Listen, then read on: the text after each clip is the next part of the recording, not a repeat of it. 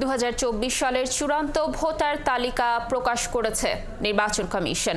ইসিতে আয়োজিত এক অনুষ্ঠানে প্রধান নির্বাচন কমিশনার এএমএম নাসির উদ্দিন জানান, বর্তমানে দেশে মোট ভোটার সংখ্যা 12,37,32,274 জন।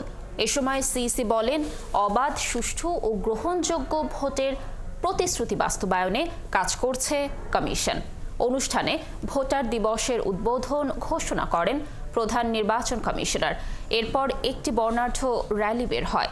দেশের সপ্তমবারের মতো জাতীয় ভোটার দিবস উদযাপন করছে নির্বাচন কমিশন।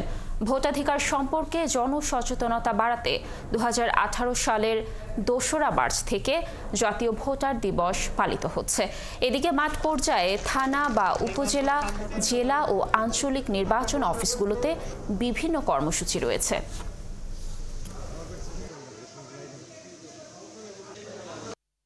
আজকে দিনের 2রা মার্চ 2025 তারিখে আমাদের ভোটার সংখ্যা দাঁড়িয়েছে 12,37,274। আমি আপনাদেরকে স্বাগত জানিয়ে আজকে এই অনুষ্ঠানে ঘোষণা করছি।